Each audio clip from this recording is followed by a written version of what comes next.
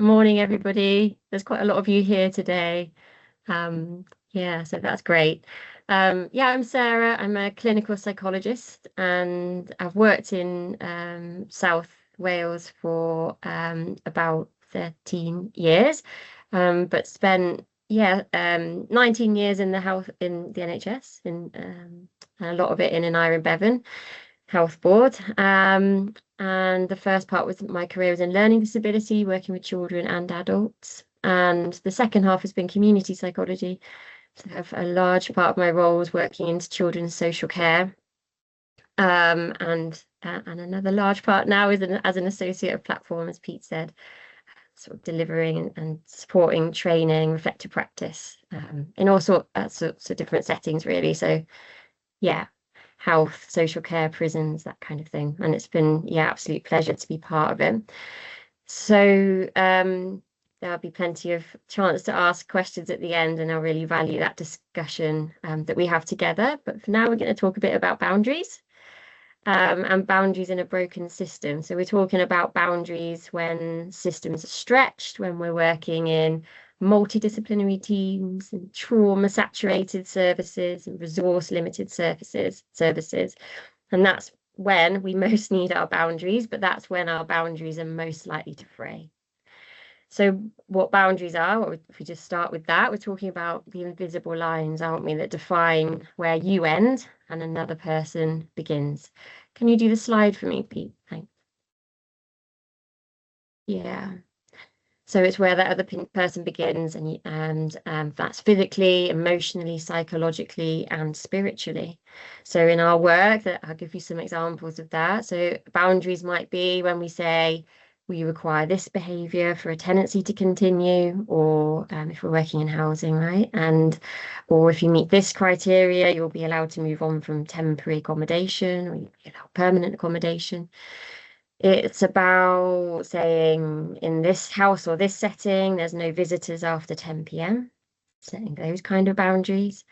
It's about us as workers, isn't it? It's about how much we hold back and how much we reveal personally and professionally in our relationships with the people that we're supporting.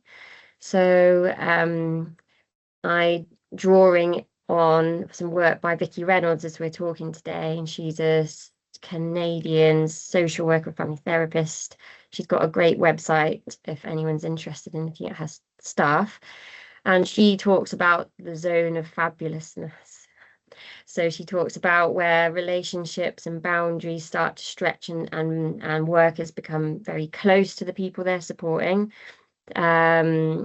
We're moving away from the zone of fabulous this way. We might be getting closer to them, but that might be in kind of the people that are acting a bit like heroes or lone wolves, working all hours, thinking that maybe they're the only people that can help, with entirely good intentions of doing all of these things. But we can see where relationships might get too close, might be too enmeshed, might be that kind of lone wolf type relationship, versus other side of the zone of fabulousness in terms of boundaries might be where we become too distant. We keep ourselves completely separate. A boundary becomes a wall. We might be quite shut down, burnt out. Really, if people are bringing new ideas, we're kind of shutting them down. We're cutting out emotionally, going home, having a glass of wine, trying to forget about it, not working through things, not going back to supervision, not trusting our team. So in the middle, that zone of fabulous, this is where we're kind of holding our boundaries in the middle. And we've got relationships where we really think about how much we reveal, how much of us personally, professionally, that will help that relationship and it's going to be useful and hold good boundaries, and how much we want to keep back, and we want to be really clear and transparent with people. So that's us as workers, as well as the boundaries that we're setting in our services. And then we have other service boundaries, don't we? We have things like, how well do we protect our team meetings? Yeah, I worked in a service once where the question was, what time does the 9 o'clock meeting start? And that was genuinely would be asked because it could be a huge variation in when the 9 o'clock meeting started.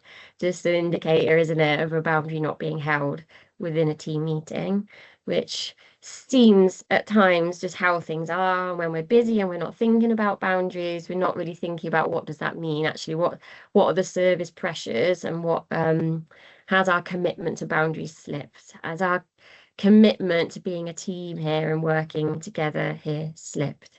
When you see boundaries like that just starting to get eroded, that kind of thing. So yeah, but we're making decisions. You think about just human beings, we're negotiating boundaries all the time, aren't we? We're thinking about the boundaries of you being here at the webinar today. It's about whether you thought this was for you. Are you someone that could join this or not? What's the criteria? Are you in or are you out? What time is it starting? Is it going to be recorded? Are you going to get the materials? Kind of all boundaries around that. How much am I going to reveal today? How much is going to leave me feeling vulnerable and I need to hold back, versus how much would really help me to talk and be human alongside other people? We make decisions literally every moment of our lives, really, about boundaries. And if we're really aware of that, they can become moments where we have a chance of engagement. Yeah. And so in our work, relationships are at the heart of what we do, aren't they? All of us, everyone here today, I know that will be the case. Relationships are at the heart of that. And boundaries protect people we support, and they protect the staff, and they protect the services. And if we see it that way, then they are an ethical commitment. They're not a personal preference, they're an ethical commitment. And by that, I mean an ethical commitment is something that's about being respectful, isn't it? It's about having integrity. Yeah, it's about doing the right thing where we can. It's about our moral values and judgments around that. But they are a commitment, not a personal preference. They're absolutely vital.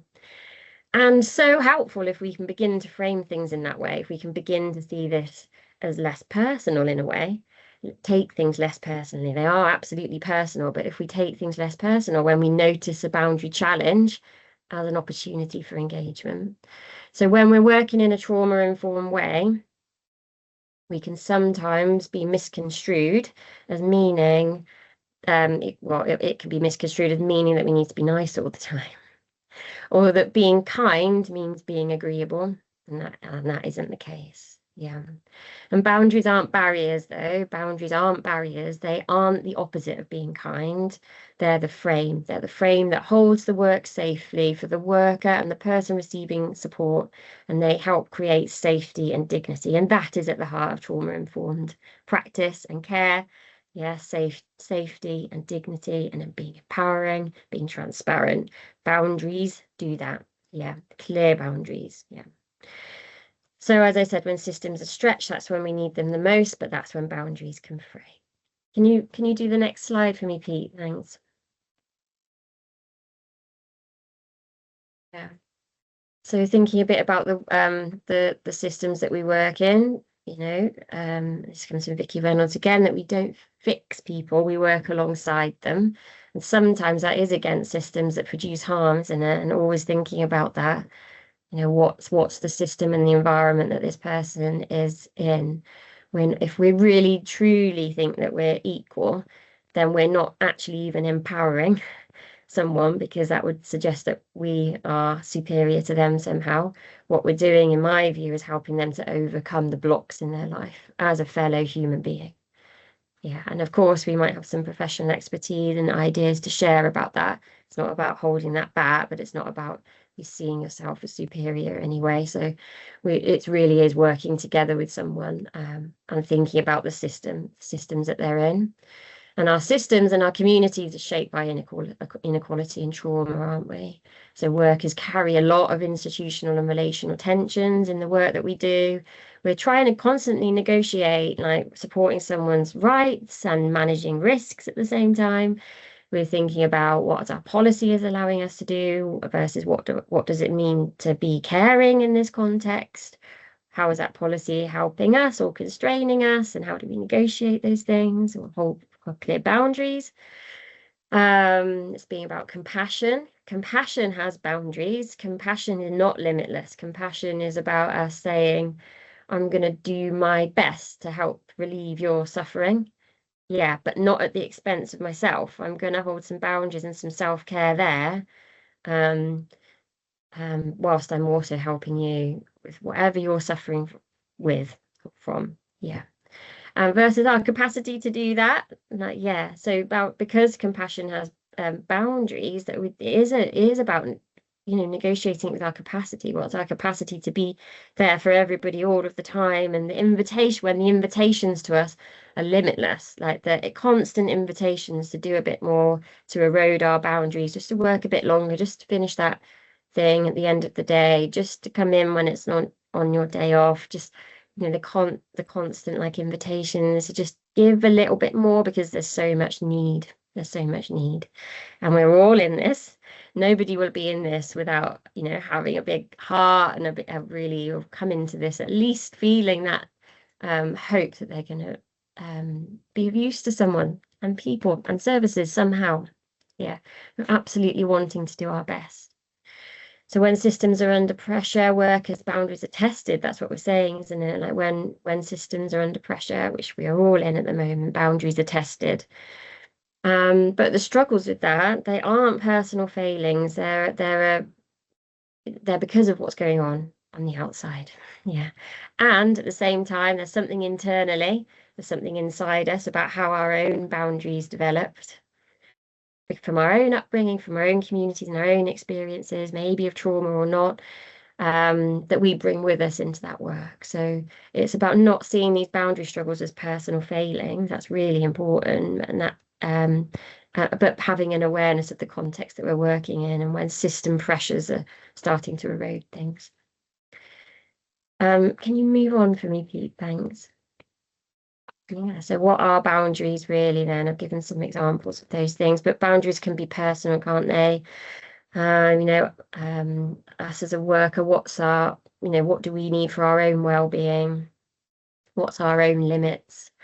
And professional, what's our role? What are our responsibilities? What's someone else's? When are we stepping into someone else's role? When are we not being allowed to fulfill our role? That's as frustrating, isn't it?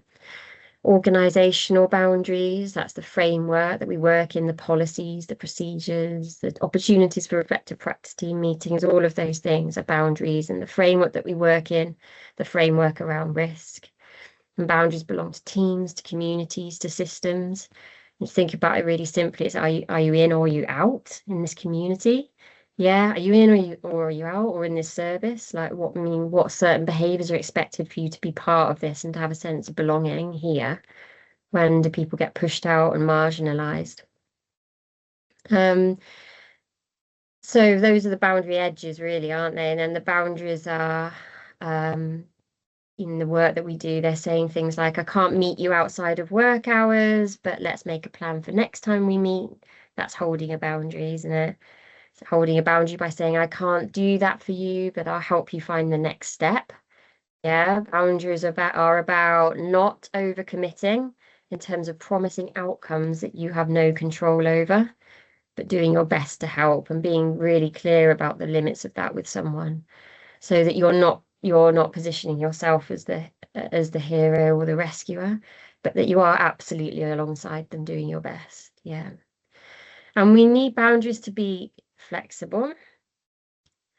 Yeah, so which may challenge some people's ideas. It'd be interesting to think about that. Not too flexible, and that's for negotiation, isn't it? Like, but they need to be respectful and they need to be transparent. Yeah. So, a trauma-informed boundary is one that is predictable, it is transparent, it's kind even when it's firm. Yeah.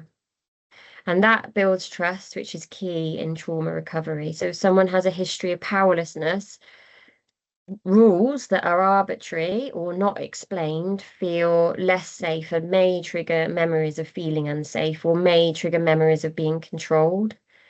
So inconsistent boundaries create trauma. So when I'm saying there's flexibility, I'm not meaning inconsistency. It's a different kind of thing. So consistent boundaries are absolutely important, aren't they, to uphold safety and dignity and firmness. And we'll come on to that a little bit in another slide. Yeah, can you move on for me, Pete? Thanks. Yeah. So, what if we're working in a trauma-informed way, we're thinking about our own boundaries and the boundaries of our service, and bigger than that, and also the people that we're supporting, right? And trauma influences our boundary development. So if we've grown up with trauma, then what we're talking about is often boundary struggles. Yeah, thinking about being trapped, being powerless, someone having control over you, abuses of power, all of that, you can boil that down to boundary problems and boundary struggles, or someone invading your boundaries, or not respecting your boundaries at best, yeah, being abusive at worst. And we develop ways of protecting ourselves then. We develop ways of protecting ourselves from vulnerability as a result of that. So when we're growing up, what we need is our parent or carer, whoever's our rock or the person helping us grow up, to be balanced with being strong and kind. Yeah. If they are kind all of the time without the strong, then we will perceive them as weak. And that weakness means I can't trust them to protect me. Yeah. If I can't trust my parent or carer to protect me, then I'm going to have to do that myself. And then that comes out in all sorts of different ways, doesn't it? That, yeah, might be through controlling behavior, that might be seen as controlling. Actually, it's about not being able to trust or rely on adults. And if adults are kind all of the time and just give in just at the last moment, just when they need to hold their boundary, it's particularly difficult. Even if it's about smaller things, what a child is learning is, if I can't trust them to be strong and hold a boundary with the small things, then how can I trust them to protect me with the big things? So equally, if we tip the other side and we're strong, we become mean. Yeah, and that's equally as scary as to children. And then they'll be protecting their own vulnerability. Their boundaries around what they can share in terms of their vulnerability will change. Whether they can share certain emotions, whether they can share certain problems. If I'm going to get a mean response, it's unlikely. They're going to hide and, might say, exile their own vulnerability then.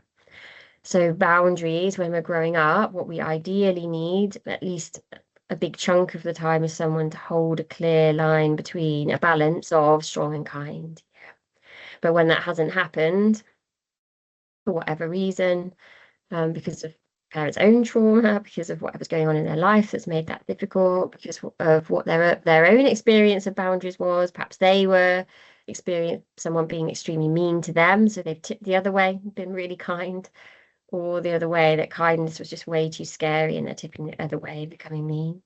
Yeah, so for whatever reason it is, we find our own ways of surviving that, don't we?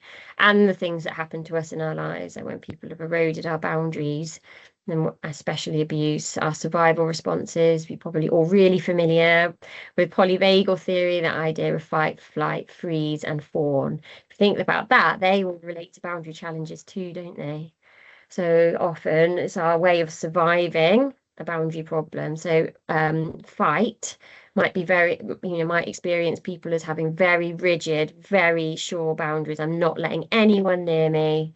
I might, that might be literally fighting, but might be argumentative, or just shut off, like an absolute wall there, not sharing any vulnerability. That might be more that kind of survival response.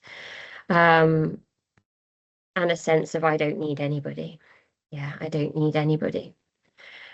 Flight might be also I don't need anybody, but you might be find someone busying themselves, never asking for help, or might be that very kind of anxious energy and anxiety.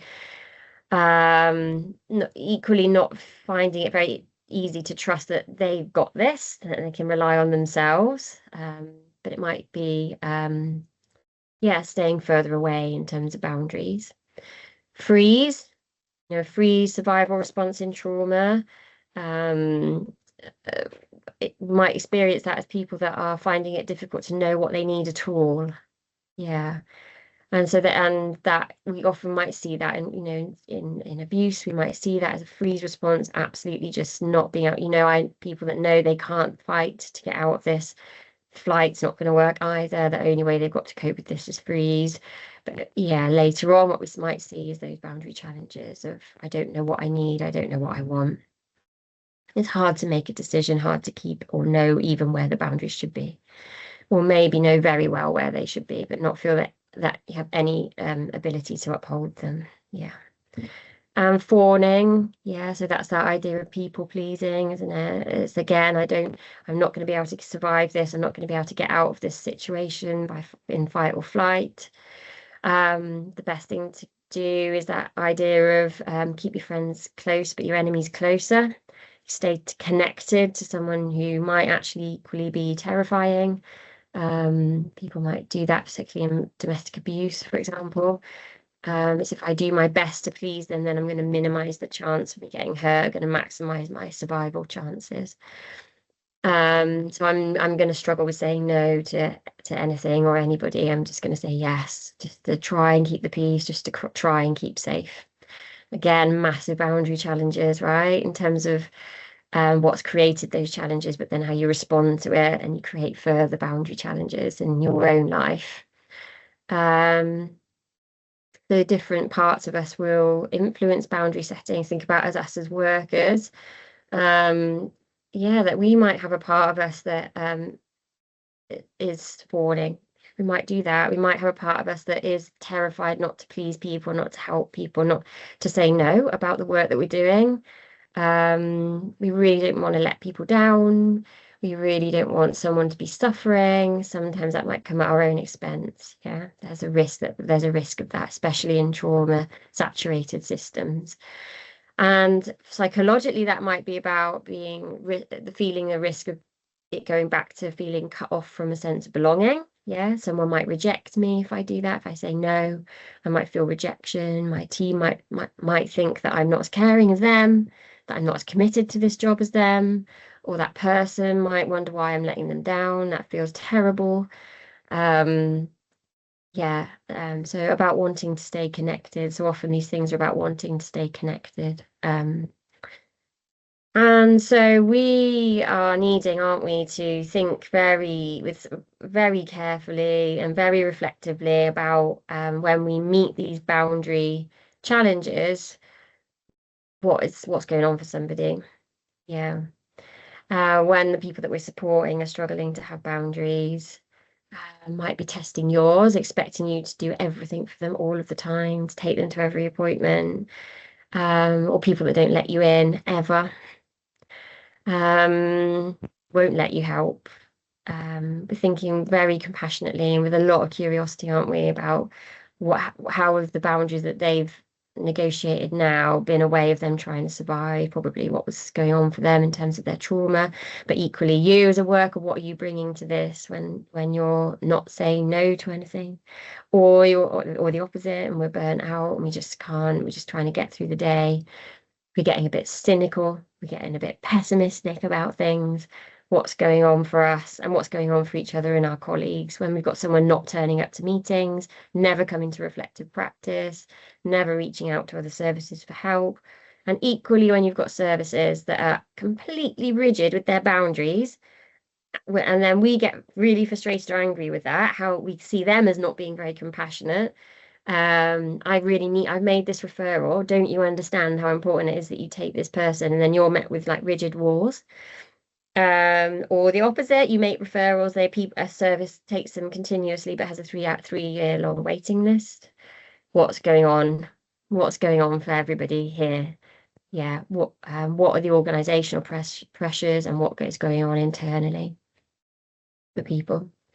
So when we witness these aggressive or rigid or confused or collapsed or avoidant boundaries, what is going on? That's your first question.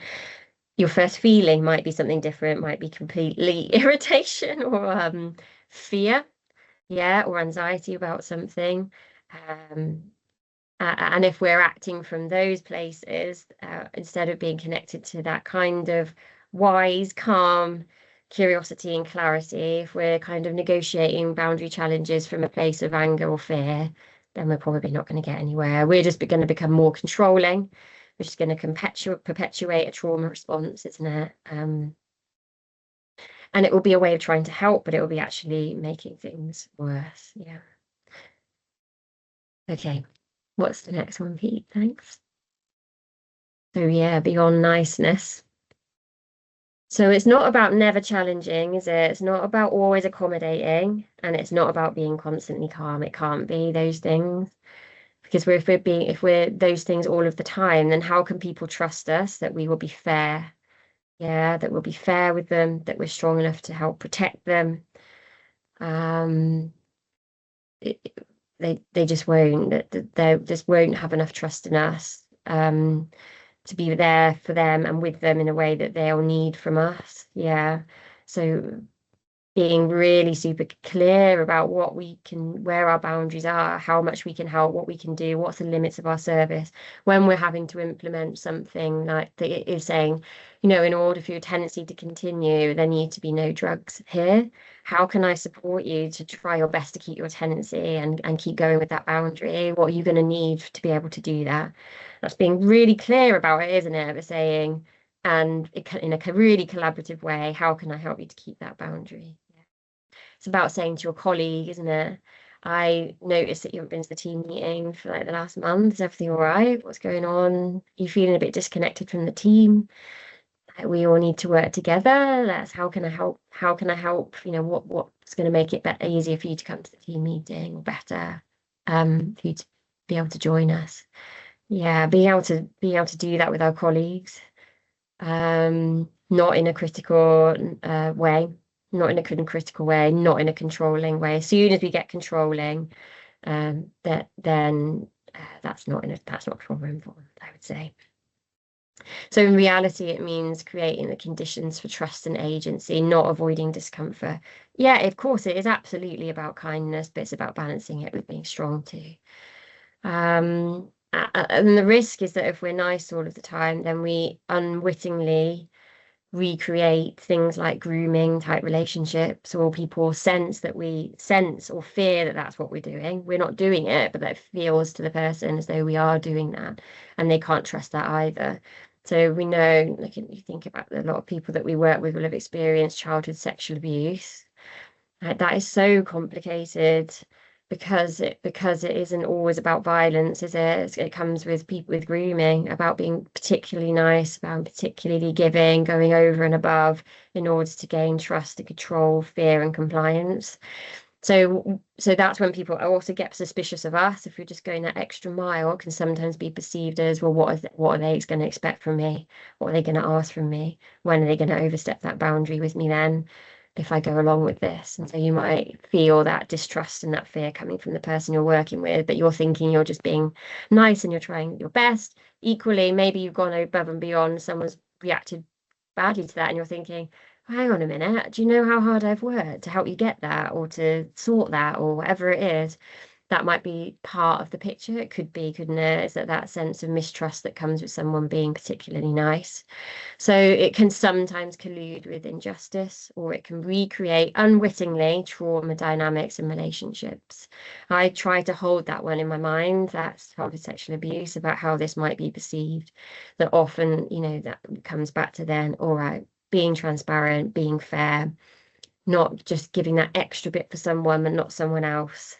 Yeah, and sometimes we will need to be flexible with our criteria, won't we? But if we're not transparent about that, then that also can leave other people thinking, well, how did they get help? Or have they had help for that long and I haven't? What's that about? Yeah. So real kindness is accountable and tells the truth respectfully. And that takes some moral courage, doesn't it? It takes some moral courage to let someone know what you're really thinking, to let someone know what services are really thinking, let someone know what the reality is about something. We care so much about them, but they're about to lose their tenancy. We really wish that wasn't happening. Just to try a bit harder and not say anything, or do we actually be really clear about, this is the risk of this happening now, because these are the boundaries. How can I help you stick to those boundaries? That is my job. But you also have to know what will happen if you don't stick to those boundaries. Thanks, Pete. The practice of holding boundaries, right? So recognizing that they aren't opposites, being kind and firm and compassionate and accountable. Yeah, we can in trauma informed care, we're really understanding. We're trying to understand ourselves and the people we support, aren't we? About why they are things as they are. Yeah, why they find it difficult to say no all the time, why they've got a real wall there, a block there, or why they've got collapsed boundaries. We're really understanding that. And we're still holding firm with trying to help them be accountable for their behavior, account their responsibilities, um, um, but with a lot of kindness. Yeah, I get why it's like that. I get that, and what's going to help us step out of that. What does the part of you that fears something happening, if you hold that boundary, what does it need? How can we reassure it or help it feel safe? The part of you that's terrified of doing that. Yeah. We need to reflect on the systems on the outside as well as internally. So yeah, we're thinking about where we're coming from personally. Am I reacting to this boundary in fight or flight as a worker? And what are they doing as a person? What is going on with that service? Why is that service being like that? Is that service stuck in fight or flight almost? Yeah. Um, what are those systems that are unfair that we're now taking on, that we're trying to take on individually? What are those organizational pressures that are starting to feel like personal failings or personal pressures? So we're reflecting on the systems on the outside as well as on the inside, what's going on for us. We need space to reflect as a team. If zone of fabulousness, remembering that's holding each other to account, holding our boundaries as a service, recognizing and holding each other up when we're not doing that in a really respectful, curious way. So being attuned to us, different parts of us on the inside as well. What is it that we most need when we're struggling to hold that boundary? When we're being a lone wolf or we're being cut off for just getting our head down, becoming cynical. Yeah, those parts of us that do that, they need the most compassion. The workers in our team that are challenging us the most, they need the most compassion probably too. It's not to say it's easy, is it? But that's what we need. It's about talking about boundaries, maybe after this webinar, or just being a bit more alert to that. I think the reason that you would have come is because you were alert to it already. But just naming things as, okay, where's that boundary challenge coming from? Like I can feel myself getting irritated about something. What is it? What is it? Is someone being too controlling of me? Is someone not respecting my space? Is someone whatever it is, just talking about them and not just enforcing things. So, you haven't, saying things like, you haven't paid your rent, I've noticed. Instead of saying, that's not on, we've talked about this before, what are we going to do about it? It's just say it's being a bit more compassionate, but naming it. I noticed you haven't paid your rent, isn't it? What's going on for you at the moment? I need, you need to do that to keep your tenancy. So I'm wondering how I can help you. Let's think about that together. And to me, for me, curiosity is the root to all of this stuff.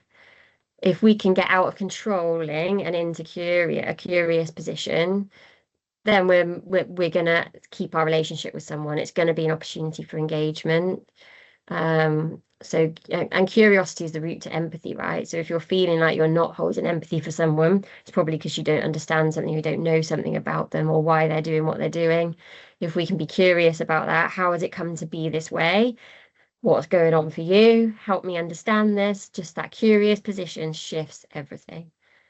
Yeah. So and recognizing that like how quick people are to get to control as a way of trying to protect themselves from vulnerability and because of trauma. Yeah. So it might be that if I said to Pete, you're looking a bit suspicious. Can you be a bit more respectful, please? Like, would he respect me more or less than he did 5 seconds ago? Probably much less. Think I was a bit of an idiot. Yeah. But that was my attempt at a boundary challenge, wasn't it? It was my attempt at protecting me from something that was triggered, that was vulnerable. Perception that he was looking suspicious, and that must be about him not respecting me. Me asking him to be respectful, to hold a boundary, is actually being controlling. If I said, Pete, you're looking a bit suspicious, what's going on? Help me understand this.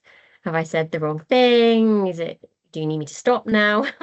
All of those things. Curiosity is going to get us somewhere. Control is not. But where we see ourselves getting control, and we have to be curious about that for us too, and be really compassionate about where that's coming from, as well as the people we're working with. Is that the last slide, Pete? Is there another one? Okay, yeah, one of them. All right. So another Vicky Reynolds quote. I do love her. We don't burn out from caring too much. We burn out when we can't work with integrity.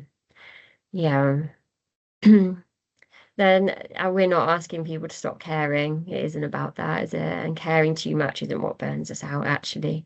It's about the system's service pressures, injustices, the oppressive systems that we work in often. When that challenges how we can work, that usually is what leads to burnout. And boundaries are collective then, and what we absolutely need, but they are collective. They're not just individual. Yes, we need to think things through individually, but we also need to think things through as a community, as a service. And we can't sustain those ethical boundaries in isolation. We need other people to help us figure it out. Yeah. We need someone to be really kind and curious with us. And so we need space for that. We need chance to debrief things that have been really hard. We need space for, and that just might be coming back to the office and someone saying, how was that visit? I know that was, you were expecting that to be really difficult. How was it? Yeah. As well as more formal debriefing. We need space for supervision, and supervision not always just to be a tick list and a form that you do formally, but really space to explore things and a space to reflect together. Yeah, to reflect on the work, which reflection just really means, doesn't it, to think about the work together, to move out of just responding in fight, flight, freeze, fawn, to reacting in a helpful way. So we need leaders to do that. We need leaders to frame things as ethical practice and frame boundaries as that, as ethical practice and not emotional weakness. Yeah. Okay. I think there's, yeah, so that might be us. I think if we're going to take something away today, this would be my hope, just to reflect, each of us to reflect on that. Where do my boundaries, or the parts of me, come from? Yeah, where do they come from? How can I communicate boundaries in a trauma-informed relational way? Yeah. How can I talk about them for a start? That would be a really good start. How does my organization support or undermine boundaries?